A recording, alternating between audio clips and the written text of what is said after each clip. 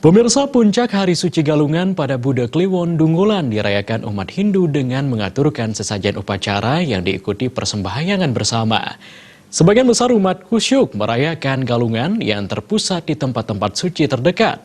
Oleh karena itu, di kota Denpasar pada Hari Raya Galungan, sejumlah jalan tampak lenggang.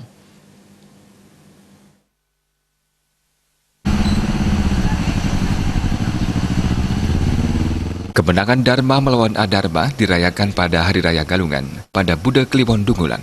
Seluruh umat Hindu merayakannya dengan mengaturkan sesajen upacara yang diikuti persembahyangan.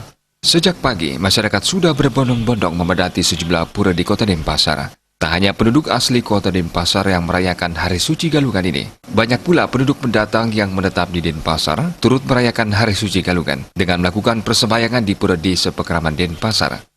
Usai melakukan persembahyangan di Pura Trikayangan Denpasar, mereka akan melanjutkan persembahyangan di kampung halaman.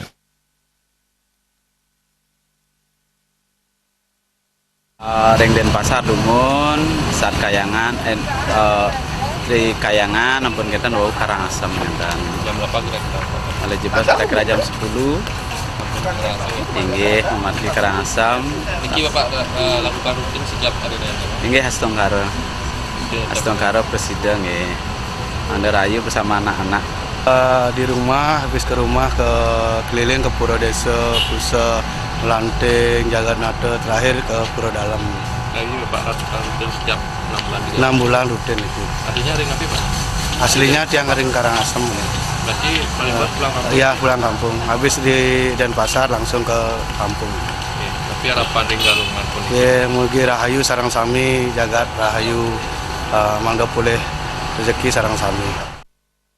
Aktivitas masyarakat dalam merayakan Hari Suci Galungan terpusat di tempat-tempat suci terdekat atau pura. Hal ini membuat ruas jalan di kota Denpasar lengang. Sebagian besar pertokoan di seputaran Jalan Gajah Mada Denpasar tutup, hanya segelintir toko tetap buka. Indrawan, Bali TV.